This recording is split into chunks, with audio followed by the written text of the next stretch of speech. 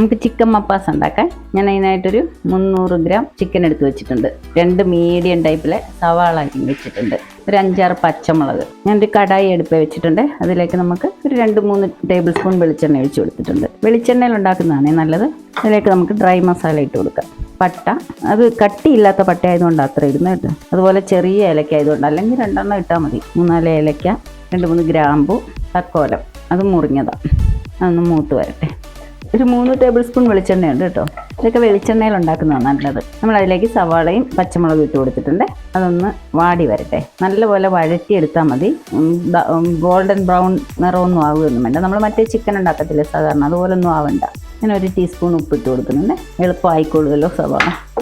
നമുക്ക് ഈ സമയം ഇതിൽ നിന്നൊരു പകുതി ഉള്ളി അങ്ങ് മാറ്റാം. ശരിക്കും വാടി വന്നിട്ടില്ല, മുഴുവനായിട്ട് വാടിയിട്ടില്ല. ഉള്ളി പച്ചമുളക് വന്നാലും കുഴപ്പമൊന്നുമില്ല കേട്ടോ. ഇതിലോട്ട് അരച്ചെടുക്കാനാണ്. ഇതിലോട്ട് പച്ചമുളക് വന്നാലും കുഴപ്പമൊന്നുമില്ല. ഇത് ഇത്ര എടുത്തിട്ടുണ്ട്. ഇതൊന്ന് തണുത്തിട്ട് നമുക്കിതൊന്ന് അരച്ചെടുക്കാം. അതിനായിട്ട് ഞാൻ ഒരു 10-15 കാഷ്യൂനട്ട് വെള്ളത്തിലിട്ട് വെച്ചിട്ടുണ്ടായിരുന്നു. അതും ആ ഉള്ളിയും കൂടെ നമുക്ക് അരച്ചെടുക്കാം. ഞാനത് ഫാനിൻ്റെ അടിയിൽ വെച്ചിട്ട് തണുപ്പിച്ചിട്ടുണ്ടായിരുന്നേ. നമുക്കത് ഇതിലേക്ക് ഒഴിച്ചു കൊടുക്കാം. നല്ലപോലെ ഒന്ന് എല്ലാം കൂടെ ഒന്ന് വാടി വരട്ടെ. ഞാനത് ഇച്ചിരി വെള്ളം ഒഴിച്ചിട്ടാണ് അരച്ചത്. ഒരു 2 ടേബിൾ സ്പൂൺ വെള്ളം ഒഴിച്ചിട്ട് അരച്ച് നല്ല പേസ്റ്റ് പോലെ അരച്ചെടുക്കും. ഇതെല്ലാം കൂടെ ഒന്ന് വെള്ളം വറ്റി വരട്ടെ. നമുക്കിതിലേക്ക് 1 ടീസ്പൂൺ ഇഞ്ചി അരച്ചതും 1 ടീസ്പൂൺ വെളുത്തുള്ളി അരച്ചതും കൂടെ ചേർത്ത് കൊടുക്കാം. ഞാൻ ഫ്രിഡ്ജിൽ നിന്ന് എടുത്തതാണ്, സ്റ്റോർ ചെയ്ത് വെച്ചിരിക്കുന്ന ഇഞ്ചി വെളുത്തുള്ളി അരച്ച്. ഇഞ്ചി അരിഞ്ഞും ഇഞ്ചി അരിഞ്ഞ് വേണമെങ്കിൽ ചേർക്കാം. അരച്ചത് ചേർക്കണമെന്നില്ല. ഞാനിപ്പോൾ അരച്ചത് ഇട്ടെന്നേ ഉള്ളൂ. അരിഞ്ഞത് ഇടുവാണെങ്കിൽ ആദ്യം അതൊന്ന് വഴറ്റിയിട്ട് ഉള്ളി അതിൻ്റെ കൂടി ഇട്ട് വഴറ്റിയാൽ മതി. ഒന്ന് നിറം മാറി വന്നോട്ടെ. നമുക്കിതിലേക്ക് ഒരു 1.5 ടേബിൾ സ്പൂൺ മല്ലിപ്പൊടി ഇട്ട് കൊടുക്കാം. ഇതും കൂടെ ഒന്ന് മൂത്ത് വന്നോട്ടെ. 1/2 ടീസ്പൂൺ മഞ്ഞൾപ്പൊടി ഇട്ട് കൊടുത്തിട്ടുണ്ട്. 1 ടീസ്പൂൺ ഗരം മസാലപ്പൊടി ഇട്ട് കൊടുക്കാം. നിങ്ങൾക്ക് തക്കാളി വേണമെങ്കിൽ ചേർക്കാം കേട്ടോ. ഞാൻ ചേർക്കുന്നില്ല. നല്ലപോലെ ഒന്ന് മൊരിഞ്ഞ് വരുമ്പോൾ നമുക്ക് ചിക്കൻ ഇട്ട് കൊടുക്കാം. നല്ല മണം വരുന്നുണ്ടേ. നമുക്ക് ചിക്കൻ ഇട്ട് കൊടുക്കാം.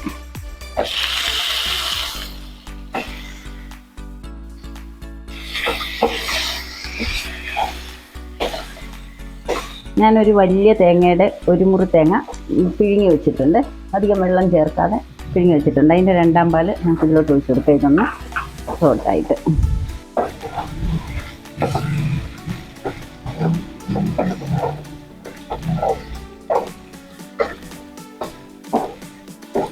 രണ്ടാം പാലാണ് ഇത്. ഞാൻ ഒത്തിരി വെള്ളമൊന്നും ചേർക്കാതെയാണ് പിഴിഞ്ഞ്. നമ്മൾ സവാളയ്ക്കകത്ത് ഉപ്പ് ഇട്ട് കൊടുത്തിട്ടുണ്ടായിരുന്നു. അത് പോരെങ്കിൽ ഇതിനിട്ട് കൊടുക്കാം. ഞാനൊരു 1/2 ടീസ്പൂൺ ഉപ്പ് കൂടി ഇട്ട് കൊടുക്കുവാണ്. ഇതൊന്ന് മൂടി വെച്ച് കൊടുക്കാം. നമ്മുടെ ചിക്കൻ എന്തായെന്ന് നോക്കാം. വെള്ളമൊക്കെ വറ്റിയെന്ന് തോന്നുന്നു. വെള്ളമൊക്കെ വറ്റി എണ്ണയൊക്കെ തെളിഞ്ഞ് വന്നിട്ടുണ്ട്.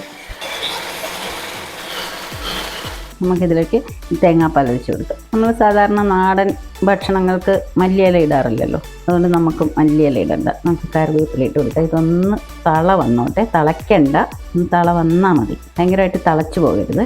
തിളച്ചു പോയാൽ ആ തേങ്ങാപ്പാലിൻ്റെ ടേസ്റ്റ് അങ്ങ് പോകും. കറിയുടെ ടേസ്റ്റ് ആകെ മാറിപ്പോവും. എരിവ് പോരെന്ന് തോന്നുവാണെങ്കിൽ കുറച്ച് കുരുമുളക് പൊടി ഇട്ട് കൊടുക്കാവേ. നമുക്ക് കുറച്ച് കറിവേപ്പില ഇട്ട് കൊടുക്കാം. നമ്മുടെ കറിവേപ്പിലയാണ് കേട്ടോ. നമ്മൾ കരിവേപ്പില ഇട്ട് ഒന്ന് ഇളക്കി കൊടുത്തിട്ട് നമുക്കൊന്ന് തള വന്നിട്ടുണ്ട്. നമുക്ക് ഫ്ലെയിം ഓഫ് ചെയ്തേക്കാം. വേണമെങ്കിൽ 2 തണ്ട് കരിവേപ്പിലയും കൂടെ ഇട്ട് കൊടുക്കാം. എന്നിട്ട് മൂടി വെച്ചേക്കാം. ഇത് അപ്പത്തിൻ്റെ കൂടെയും പൊറോട്ടയുടെ കൂടെയും ചപ്പാത്തിയുടെ കൂടെയും എല്ലാം നല്ലതാണ്. ഇടിയപ്പത്തിൻ്റെ കൂടെ ആണെങ്കിലും ഒക്കെ നല്ലതാണ്. മൂടി വെച്ചേക്കാം. നമുക്ക് ചിക്കൻ സ്റ്റൂവിൻ്റെ കൂടെ കഴിക്കാൻ അപ്പം ഉണ്ടാക്കാവേ.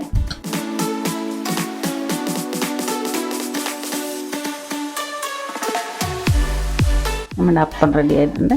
നമ്മുടെ അപ്പവും ചിക്കൻ മപ്പാസും ഇവിടെ റെഡി ആയിട്ടുണ്ട്. നല്ല ടേസ്റ്റിയായ മപ്പാസാണ് ഇത്.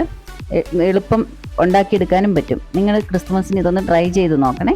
എനിക്ക് ഇഷ്ടപ്പെടുകയാണെങ്കിൽ എന്നെ സപ്പോർട്ട് ചെയ്യും. അപ്പം അടുത്തൊരു വീഡിയോയുമായി അടുത്ത ദിവസം കാണാം.